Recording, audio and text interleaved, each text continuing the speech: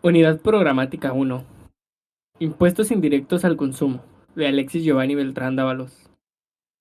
Objetivo específico de la unidad. Dar a conocer los antecedentes del impuesto al valor agregado. Temática. 1.1. Concepto de impuestos. 1.2. Concepto de impuestos indirectos y su clasificación. 1.3. Filosofía del IVA. 1.3.1. Origen del impuesto al valor agregado. 1.3.2. Impuestos sobre ingresos mercantiles. 1.4. Tratamiento contable del IVA. 1.5. Caso práctico. 1.1. Conceptos de impuestos. La obligación tributaria y su legalidad. La organización y funcionamiento del Estado supone para éste la realización de gastos y la procura de los recursos económicos indispensables para cubrirlos. Aquí entendemos por Estado la población organizada jurídicamente, con un gobierno y establecida en un territorio determinado. Pero indiscutiblemente surge en este momento un primer problema, el cual es el de la justificación del Estado para constituirse en propietario de un conjunto de riquezas, cuyo origen fundamental es la aportación que hacen los miembros del propio Estado. Este problema está estrechamente vinculado con el de los fines y atribuciones del mismo Estado, porque precisamente necesita la riqueza para estar éste en posibilidades de lograr los fines y atribuciones que se le han sido asignados. Así como surge la obligación tributaria, la cual es definida por Margan Manutou como el vínculo jurídico en virtud del cual el Estado, denominado sujeto activo, exige a un deudor denominado sujeto pasivo el cumplimiento de una prestación pecuniaria excepcionalmente en especie. Esto pues, por obligación jurídica tributaria, debe entenderse la cantidad debida por el sujeto pasivo, el sujeto activo, cuyo pago extingue a dicha obligación. Toda ley tributaria, sea que establezca un impuesto, contribución de las mejoras, derechos o aportaciones de seguridad social, debe señalar cuáles son los elementos para su determinación. Esto se fundamenta de nuestra Constitución política, al establecer en el artículo 31, fracción 4, la obligación de los mexicanos de contribuir a los gastos públicos de manera proporcional y equitativa que dispongan las leyes. La Suprema Corte de Justicia de la Nación, en criterio jurisprudencial, ha dicho que el principio de legalidad consiste en que las autoridades solo pueden hacer lo que la ley les permite. Al principio de legalidad especificó para la materia tributaria. Puede enunciarse mediante el aforismo, adoptado por la analogía del derecho penal, nullum tributum sine lege.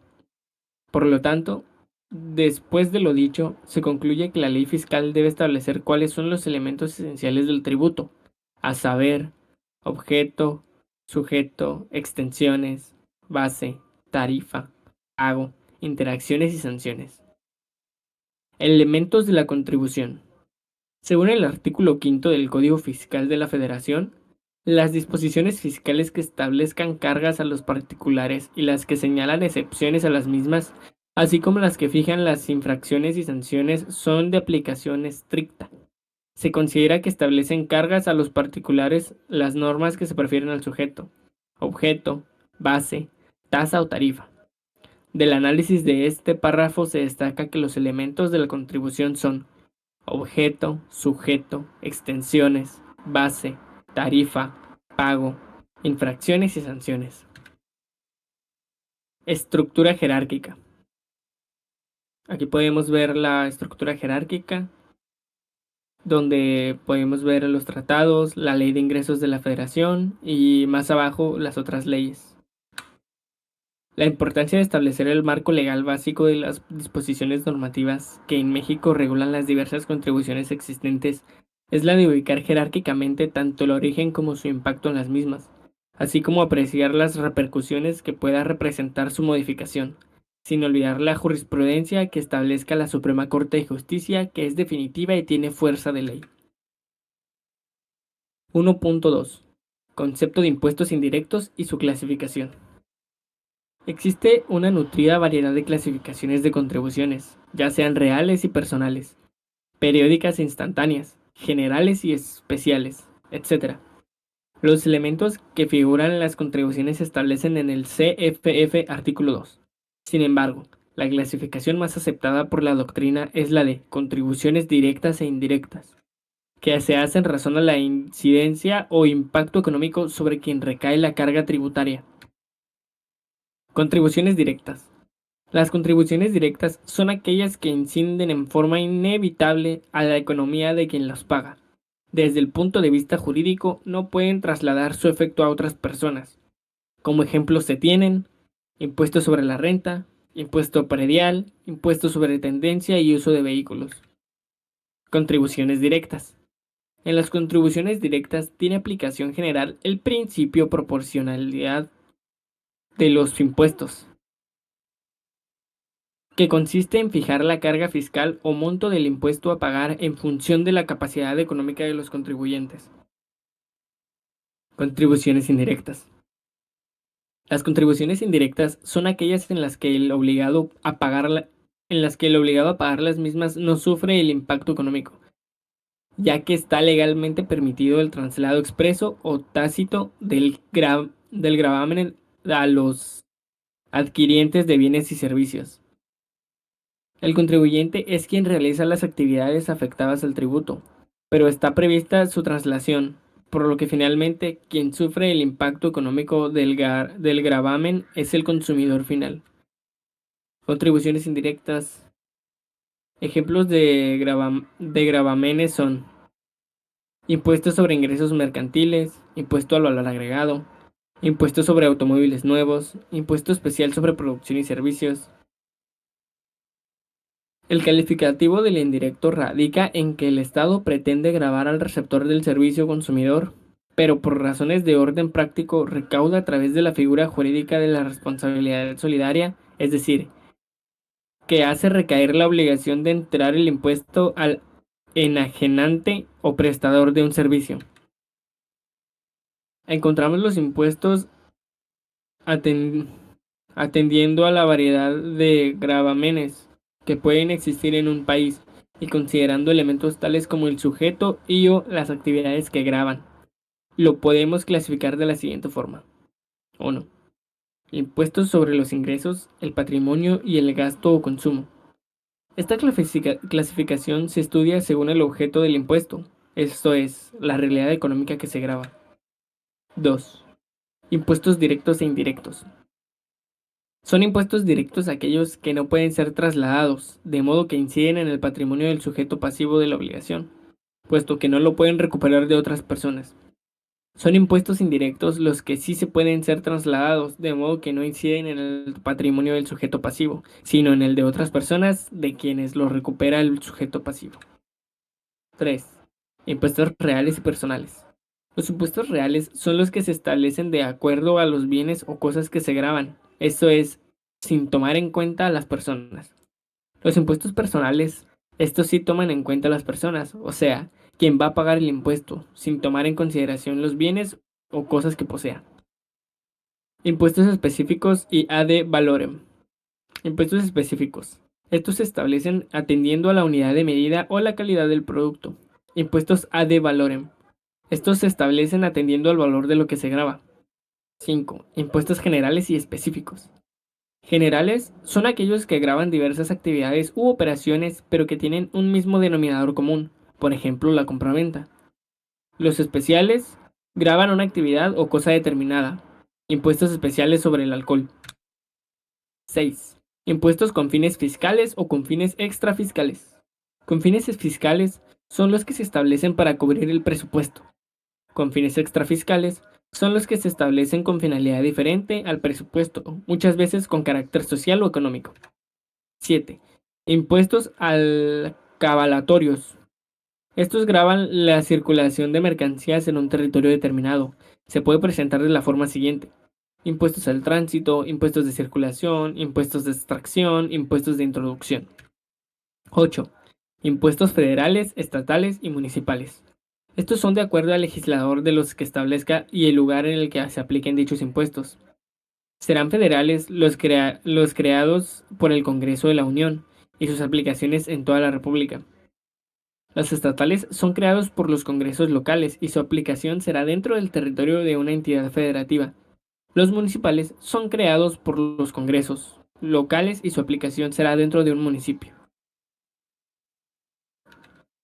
Una vez identificada la categoría de impuestos indirectos, se analizan cuáles son los principales impuestos federales en vigor en México. Se pueden clasificar como indirectos: impuesto sobre la renta, es el impuesto directo por excelencia. Impuesto al valor agregado, es el impuesto indirecto por excelencia. Impuestos al activo, se clasifica como impuesto directo, pues es un impuesto completamente complementario del impuesto sobre la renta, además de que grava el rendimiento de los activos del contribuyente. Impuesto especial sobre producción y servicios. Aunque por su nombre parece que se trata de un impuesto especial, se debe clasificar como un impuesto indirecto, pues lo que realmente grava es el consumo de cierto tipo de bienes. Impuesto sobre tendencia o uso de vehículos. Se trata de un impuesto directo, pues se grava a los propietarios de vehículos y no se trata de un impuesto que se pueda repercutir a otros contribuyentes. Impuesto sobre automóviles nuevos. Es un impuesto indirecto, pues grava el consumo de cierto tipo de bienes. De la clasificación anterior, se desprende que prácticamente existen tres impuestos indirectos federales en México, a saber, al valor agregado, especial sobre producción y servicios y sobre automóviles nuevos. Contribuciones directas e indirectas. Aquí podemos ver una tabla de las contribuciones directas e indirectas, en la cual se ve el sujeto, el objeto, la base y la tasa. 1.3. Filosofía del IVA.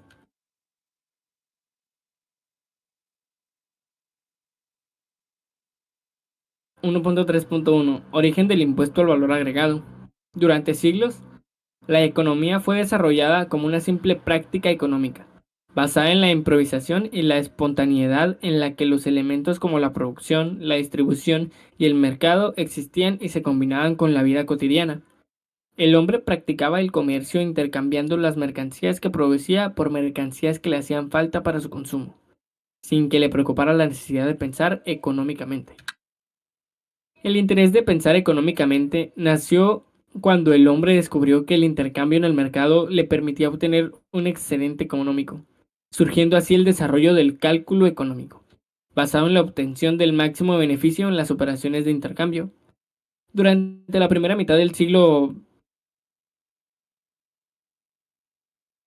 la mayoría de los países europeos ya habían implementado gravámenes fiscales a los márgenes del beneficio que resultaban del valor del cambio en el precio de las mercancías. En la actualidad se le conoce como valor agregado al margen del beneficio que resulta del valor del cambio en el precio de las mercancías, considerándose el hecho económico como el eje de desarrollo de las sociedades modernas, tanto a nivel interno como a nivel externo, formando una cadena global que da origen a la economía mundial, de tal modo que una crisis aparentemente sectorial de una materia prima o de un producto tiene inmediatas repercusiones en las regiones más lejanas del planeta. El impuesto al valor agregado tuvo su origen en Europa por el año de 1925, bajo el régimen tradicional del impuesto a las ventas, mismos que se estableció como un sistema de impuesto en cascada, también conocido como fenómeno de imposición acumulativa, que consiste en cubrir un impuesto sobre otro impuesto de la misma naturaleza. Fue hasta el año de 1948 cuando, después de realizar diversos estudios técnicos sobre este particular, se estableció una en Francia, pero en forma exclusiva para el nivel de mayorista, el impuesto al valor agregado, el cual ya contemplaba que debía recaudarse en etapas periódicas, permitiendo a su vez la deducción de la parte del impuesto ya cubierto en la etapa y periodo anterior. En el año 1967, el Consejo de la Comunidad Económica Europea decidió adoptar los principios de este impuesto, estableciendo acuerdos mediante los cuales los Estados miembros del Mercomún convenían en sustituir sus recepcionismos sistemas de impuestos que gravaban las transacciones comerciales por un sistema común que incluía al mismo tiempo el impuesto sobre el valor agregado, así como ciertos impuestos compensatorios y las importaciones y extensiones o bonificaciones a las exportacionales.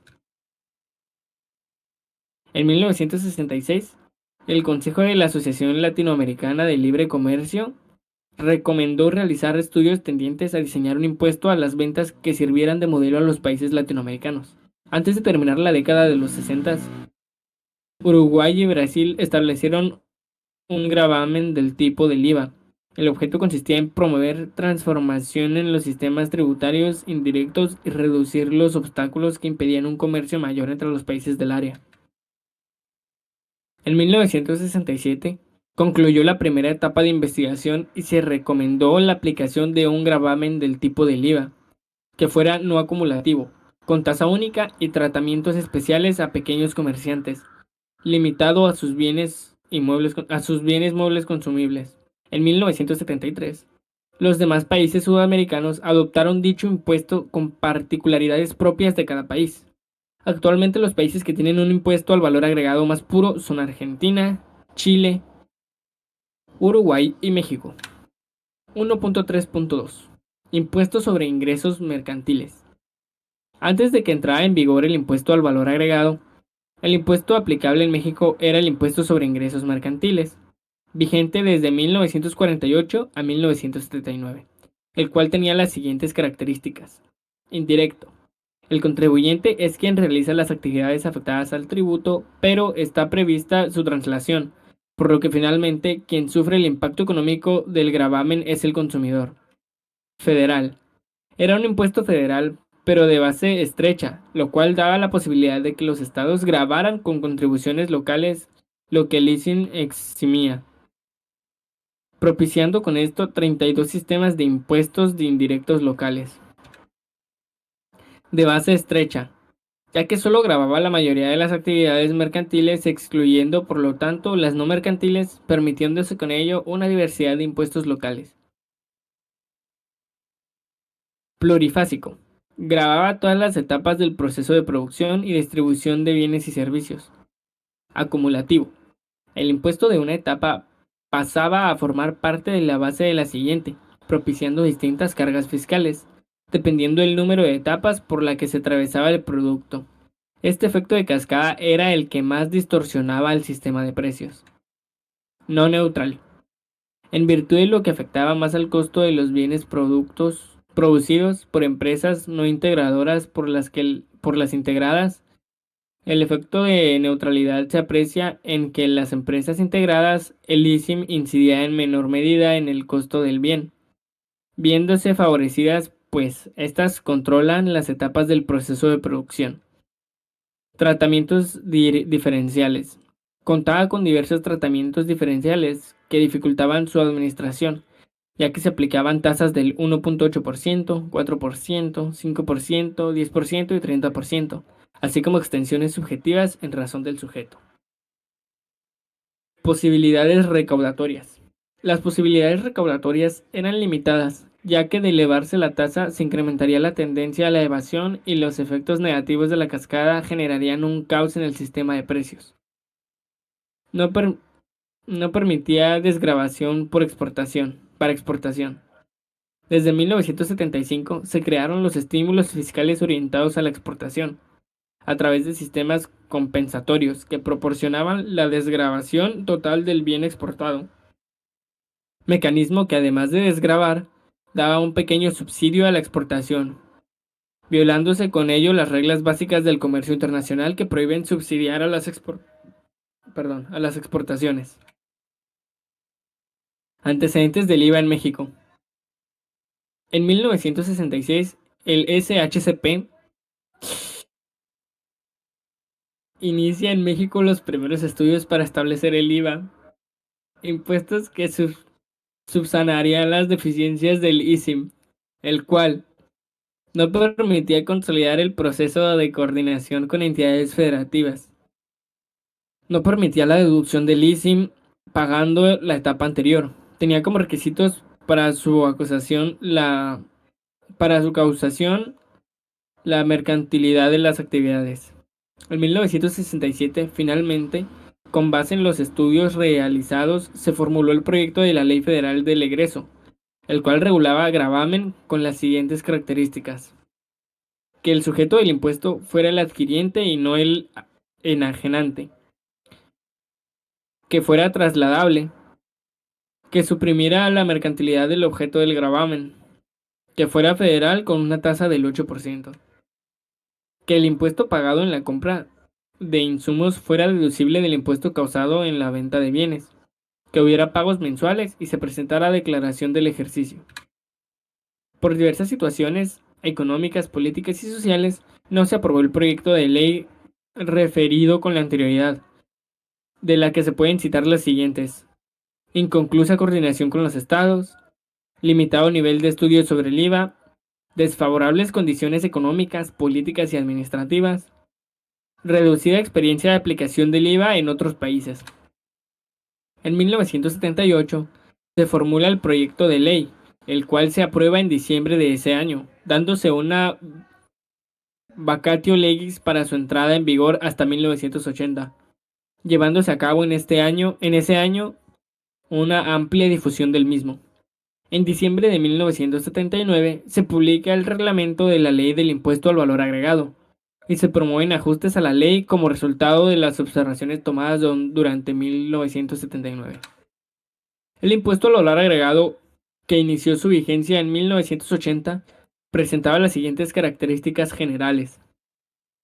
Indirecto: el contribuyente es quien realiza las actividades afectadas al tributo, pero está prevista su traslación, por lo que finalmente quien sufre el impacto económico del gravamen es el consumidor. Federal: es un impuesto federal, pero en virtud de la Ley de Coordinación Fiscal y de los convenios de colaboración administrativa firmados con todas las entidades federativas. Su aplicación es uniforme en el país.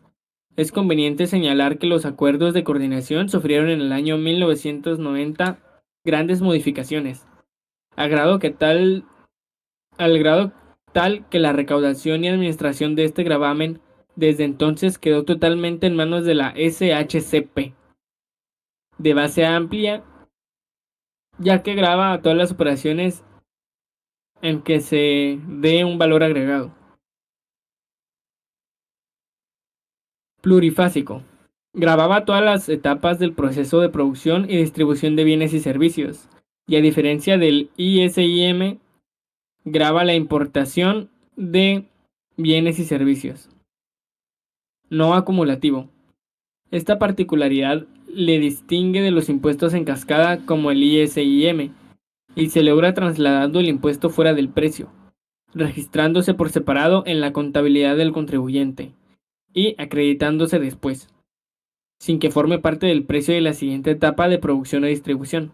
Neutral: afecta en la misma proporción de los bienes y servicios. Autocontrol: esta propiedad se da al exigir interés del contribuyente adquirente de exigir factura y traslado expreso del impuesto al proveedor. Esta acción se ve disminuida en operaciones con el consumidor final, ya que no existe interés por parte de este de exigir la factura, y mucho menos el IVA desglosado.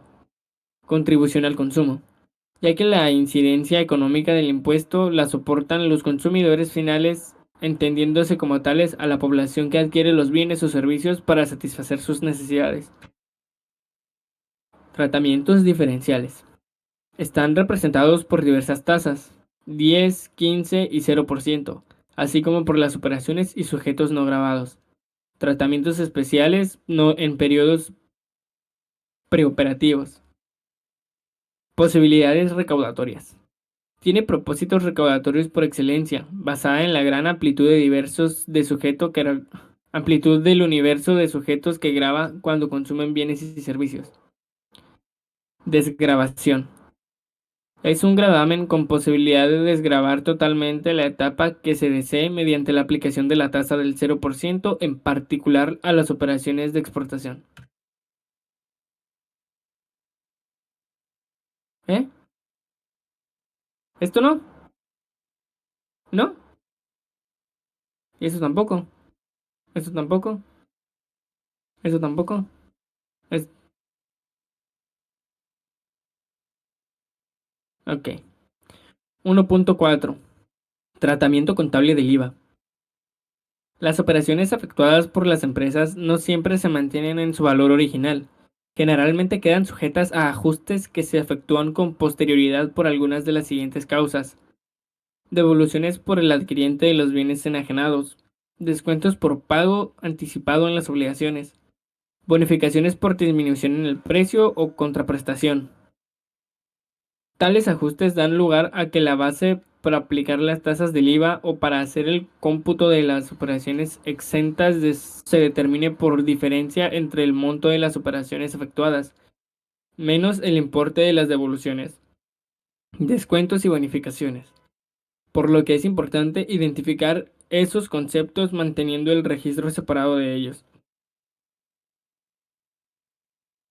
Las empresas que tienen operaciones exentas y grabadas deben efectuar la separación de actividades consignando los totales de operaciones grabadas por una parte a las diferentes tasas y exentas por otra bajo los rubros siguientes. Operaciones grabadas con derecho a acreditamiento. Operaciones exentas sin derecho a acreditamiento. Esta clasificación se requiere para hacer previamente a la liquidación del pago correspondiente del impuesto. La aplicación del IVA trasladado, lo que permite determinar por una parte el monto de las actividades afectas, a las que hay diferentes tasas del IVA y por separado el total de las actividades exentas. Artículo 32, fracción 3. El IVA. Por regla general, el IVA causado debe determinarse por cada operación y figurar en forma expresa y por separado en el comprobante correspondiente, salvo el caso de actos o actividades que se realicen con el público en general, en que el impuesto debe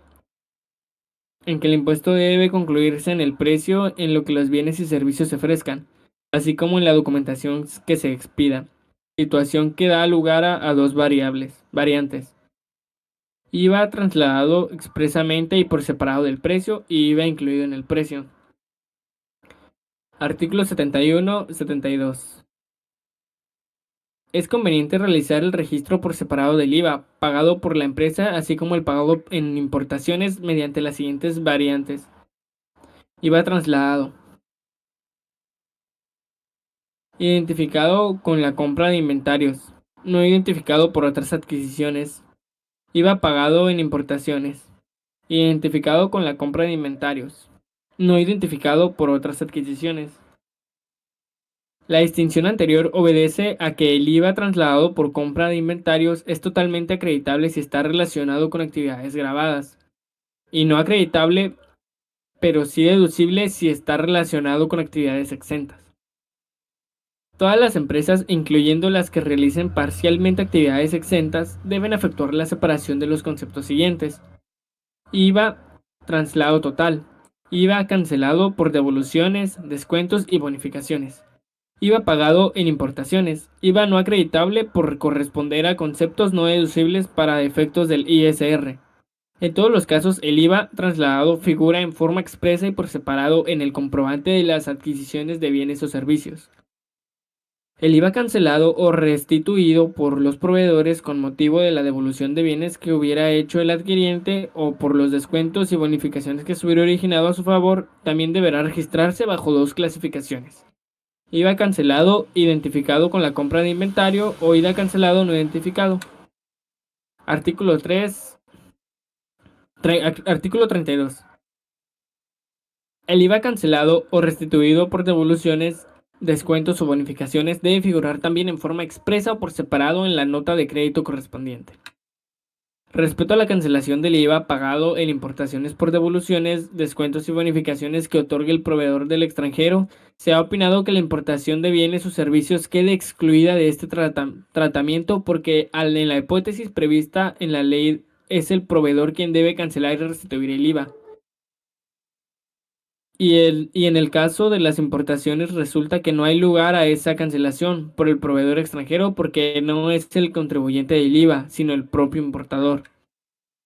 La problemática queda de lugar esta situación que puede solucionarse si la empresa importadora expide un comprobante de uso interno en el que se exprese de manera separada el IVA cancelar con el soporte de las evidencias del caso, como si pudiera ser la documentación expedida por el proveedor en que consten los ajustes al valor de importación.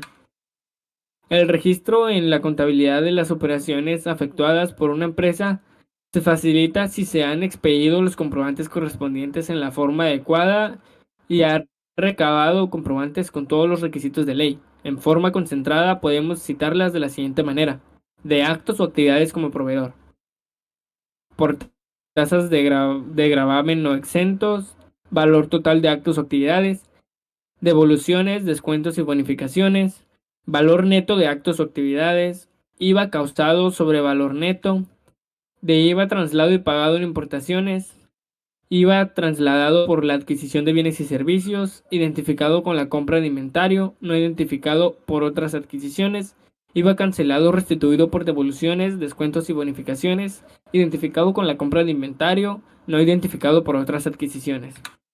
IVA neto pagado en importaciones, identificado con la compra de inventario y no identificado por... ok. Según el artículo 26 del reglamento del Código Fiscal de la Federación, los contribuyentes podrán llevar los sistemas y registros contables mediante los instrumentos, recursos y sistemas que mejor convengan a las características particulares de su actividad, pero cumpliendo siempre con los requisitos que propongan las leyes fiscales. En el artículo 27 del citado reglamento se dice: en el procedimiento del registro se podrán usar indistintamente los sistemas de registro manual, mecanizado o electrónico. Los esquemas sobre separación de operaciones del IVA causado y del IVA trasladado o pagado en importaciones pueden servir de pauta para cualquier de estos sistemas.